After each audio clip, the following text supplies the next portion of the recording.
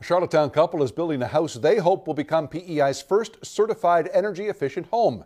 It may cost a little more to build, but they hope it will save them a lot more in the long run. Maggie Brown reports. There's something new being built on this quiet street in Charlottetown. This contemporary-looking house is being built to LEED standards.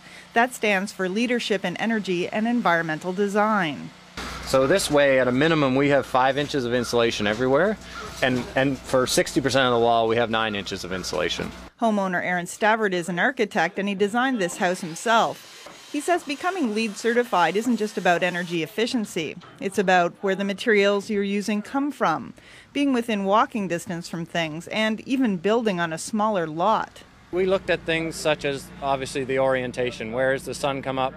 How do we take advantage of the sun's natural heat? The house is framed with exterior and interior walls. Then 9 inches of recycled cellulose go between those walls.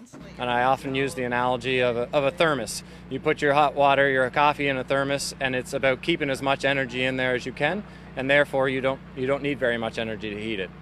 Stavert says becoming LEED certified takes a little more time, but not necessarily a lot more money. He says LEED houses can cost anywhere from 2 to 10% more than a conventionally built house.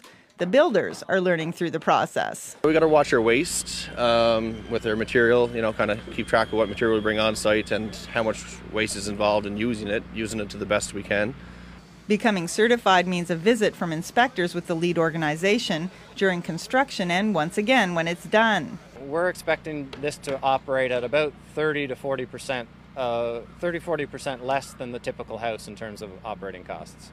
As for the look of the house compared to the rest of the neighborhood, Stavert says he and his girlfriend are getting positive feedback. I think everybody is interested and they're curious. We've had some people who feel that it doesn't fit necessarily with the neighborhood, but this street has such a mix of buildings, and I think our approach in designing houses is that you should build what's contemporary to today instead of trying to mimic a historic style of 80 or 100 years ago. Weather permitting, the couple hopes to move into their new home this April. Maggie Brown, CBC News, Charlottetown.